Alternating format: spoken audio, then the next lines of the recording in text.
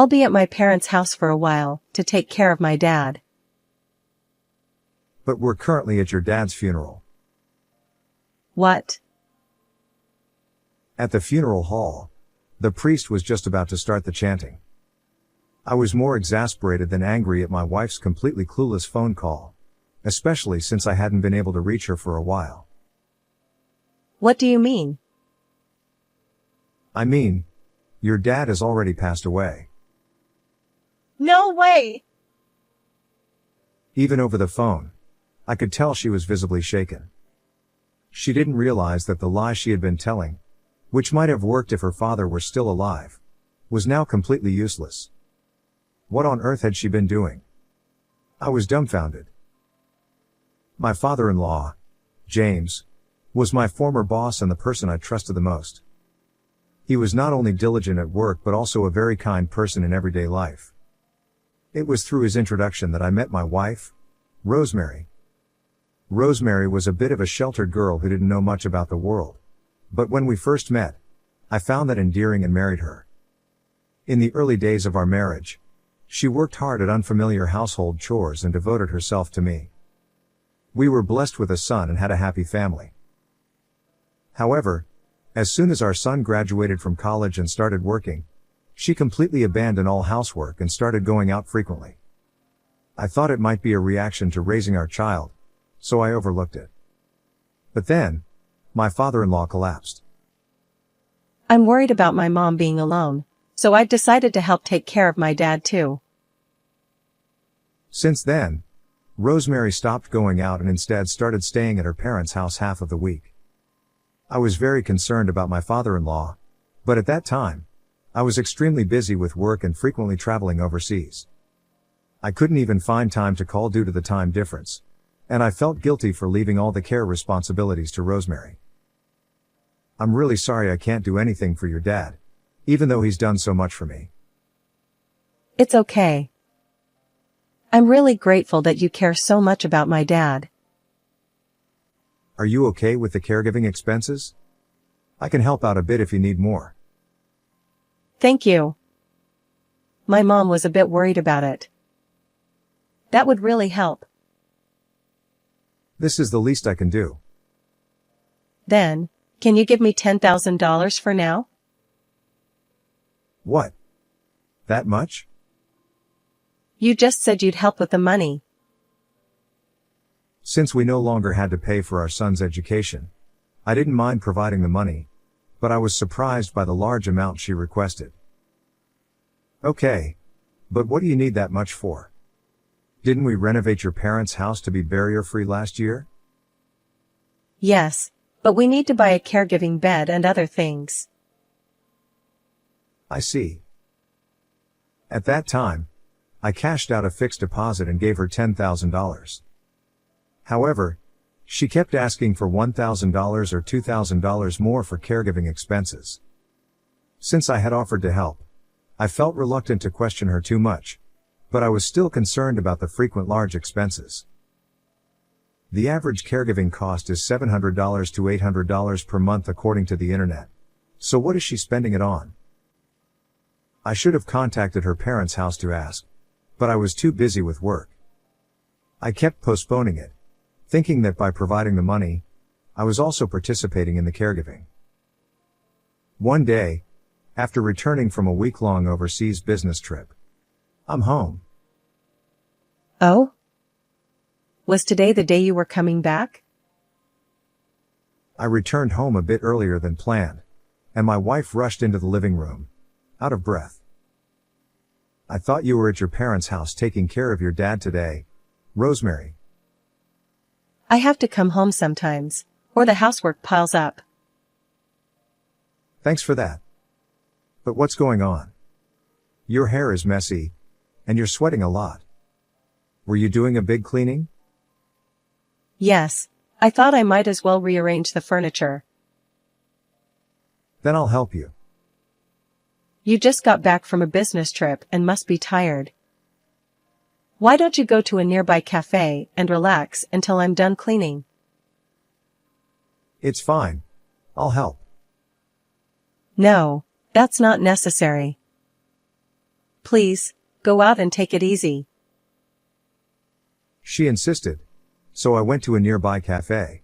But something felt off. Why can't she clean if I'm here? It felt like she didn't want me in the house. Could someone have been here? No way. I had a bad feeling. Hey, I got a call from my parents' house. They want me to come over today. Is that okay? Right now? As I was sipping my coffee and feeling uneasy, my wife called. My mom threw out her back. She wants me to help take care of her. Threw out her back? When? A couple of days ago, but I didn't want to worry you while you were overseas. I see.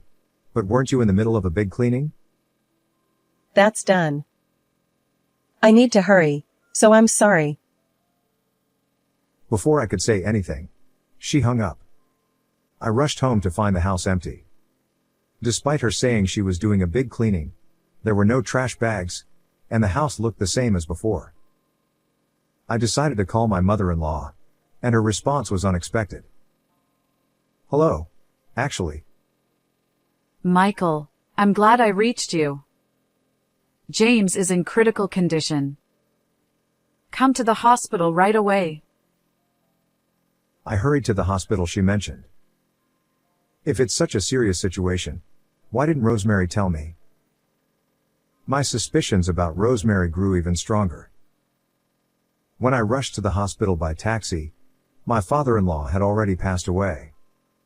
I was shocked and tears welled up in my eyes, as I couldn't be there for the final moments of someone who had been so good to me. I'm very sorry about James. I'm sure he was happy that you came. But Rosemary... To my surprise, Rosemary, who was supposed to be taking care of her father in place of her mother, was not at the hospital. I've been trying to contact her multiple times. But Rosemary was coming to take care of James every day, right? Rosemary? She hardly ever came. What? But she stayed over at your house many times and I gave her a lot of money for caregiving expenses. What are you talking about? We looked at each other in astonishment. She said she needed to buy a caregiving bed and other things, so I've given her about $30,000 so far. The caregiving bed is rented, and we use caregiving insurance, so it doesn't cost that much. Besides, we have savings, so there's no need to borrow money. I see. Where had Rosemary been going, claiming she was caregiving? And what had she been using the money I gave her for? In any case, I helped my mother-in-law with the funeral preparations. There were many things to do, such as arranging the funeral and contacting relatives, and time passed by quickly. Of course, I tried to contact Rosemary many times during this period, but her phone seemed to be off, and I couldn't reach her at all. Before I knew it, the day of the funeral had arrived. In the family seating area, it was just my mother-in-law, my son, and me. Many relatives who came asked, "Where's Rosemary?" But I could only give vague answers. Then, just as the priest was about to start the chanting, Sorry, but it looks like I'll be staying at my parents' house for a while longer to take care of my dad. Rosemary, who hadn't answered any of my calls, called me in a carefree voice. I might not be able to come home for another week. Sorry. Really? My dad's condition is worse than I thought, and I'm worried. I see. It's a shame that I can't spend time with you while you're in the US. That's fine. So, where are you now? I told you, I'm at my parents' house. For what reason? What are you talking about? To take care of my dad, of course. We're at his funeral right now. What? Rosemary was silent for a few seconds, seemingly unable to comprehend the situation. Hey, are you listening? Your dad has passed away. No, why? Who have you been taking care of? I'll come right away. Just tell me the location of the funeral. Finally understanding the situation, Rosemary's voice was frantic. Ah, you don't need to come. Why not? It's my dad's funeral. You haven't been reachable at all. So what are you talking about? My phone was broken. I couldn't help it. Just tell me the location. The priest is about to start the chanting, and you'll just be in the way. How can you say that? Fine, I'll ask my mom. Your mom said not to come. No way! Anyway, I'm busy. Bye. Ignoring her as she tried to say something else, I hung up the phone. Actually, I already know where Rosemary is and who she's with. Dad, I saw Mom walking arm in arm with a man. Liam told me this when I was frustrated about not being able to reach Rosemary. I saw her last month at the location of my company's new employee training. I was curious and followed them, and they went into a hotel. Liam awkwardly took out his phone and showed me a photo. You've got to be kidding me. I thought she was away taking care of James. Right?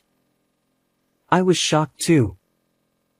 But I didn't want to tell you until I had more evidence. You were thinking about that? Yeah. Working is tough, you know. Since I started my job this year, I've realized how hard you've worked for us. I can't forgive Mom for betraying you like this. I was surprised that my son, whom I still thought of as a child, had been thinking about me in this way. You've grown up, Liam. Of course. I'm an adult now. That's true. So, did you find any evidence? Yeah, absolutely. You know I bought Mom a new phone with my first paycheck, right? I remembered Rosemary being so happy about it and bragging to me. No way. Yes, way.